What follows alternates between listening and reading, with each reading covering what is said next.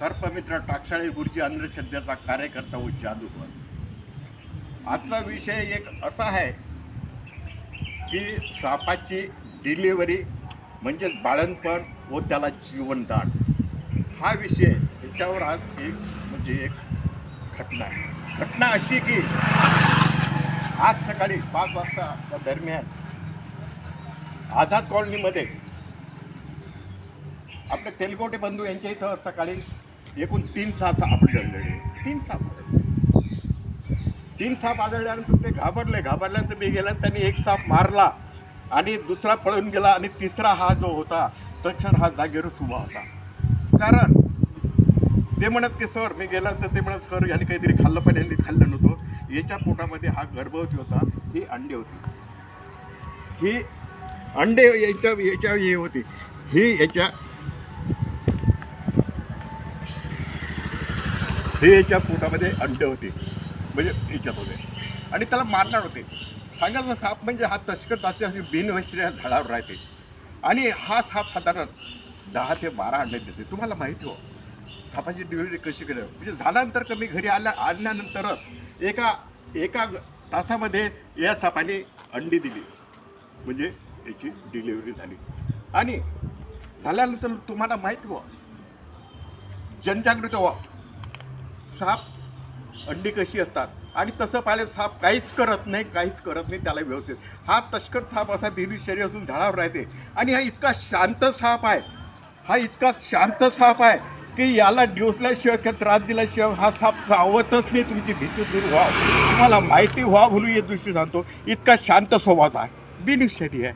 याचा रंग पाहून घ्या, याला हिंदीत अलंकार म्हणतात.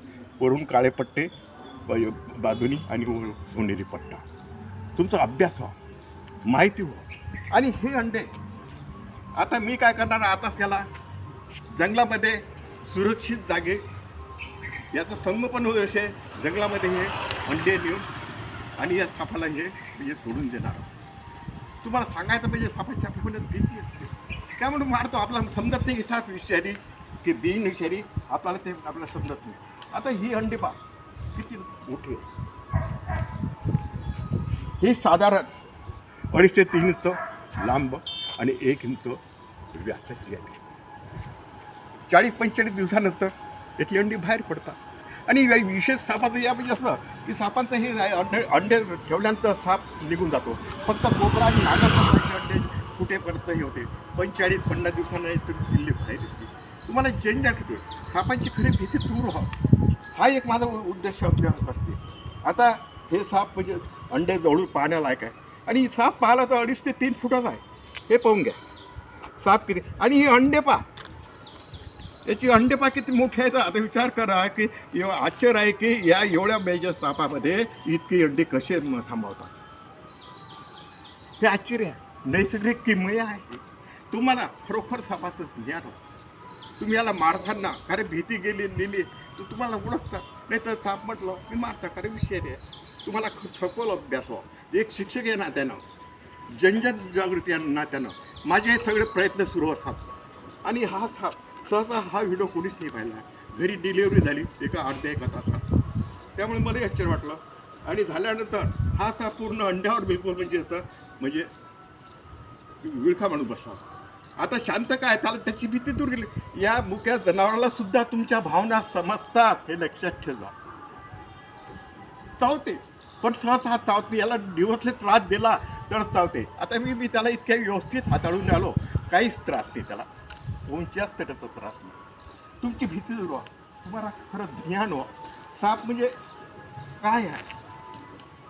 आणि त्याच्यासाठी माझे सगळे प्रयत्न हे करतात.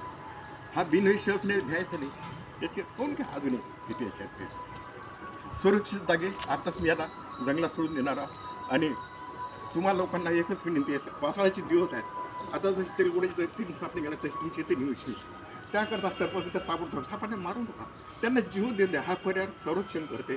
आणि असेच माझी जनजागृती म्हणून, हा एक प्रदर्शन म्हणून नाही, एक जनजागृती म्हणून शिक्षक या नात्याने टाकसाळे या नात्याने मी हे तुमच्या हा प्रयत्न म्हणजे प्रोग्राम सादर केला.